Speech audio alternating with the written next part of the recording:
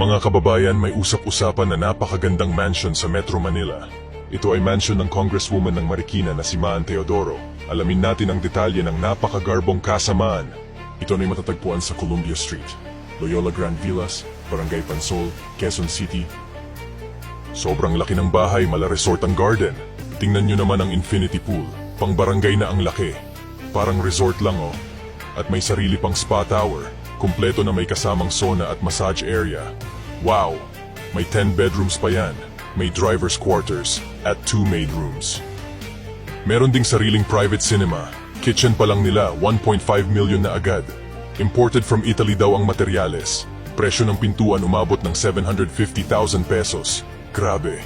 Bali-balita na 1,200 square meters daw itong lupa. 130,000 pesos per square meter times 1,200 square meters equals 156 million pesos. Sa lupa pa lang iyan, hindi pa kasama ang mismong bahay.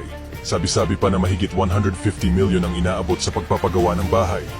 156 million pesos sa lupa plus 150 million pampatayong bahay equals mahigit 300 million pesos sa isang bahay lang.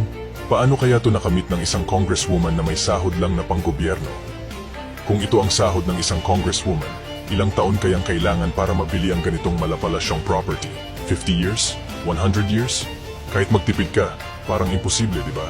Hindi naman masamang magtanong, di ba? Kung Maan, saan po nanggaling ang pondo para sa kasamaan? 300 million pesos na mansion, ang kasamaan, pero 280,000 lang ang sweldo. Wala pa naman po kayong isang termino bilang congresswoman, meron ka ng kasamaan. Samantalang ang ibang lugar sa Marikina, may pangangailangan pa rin, kulang sa serbisyo, palaging baha, at may bilyones na utang.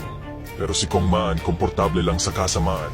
Hindi ito natatapos sa kasamaan, malalim pa ang tagong kayamanan at bahay ni Kong Maan. Saan kaya tayo nito dadalhin? Ano kaya ang dapat pang maungkat? Abangan!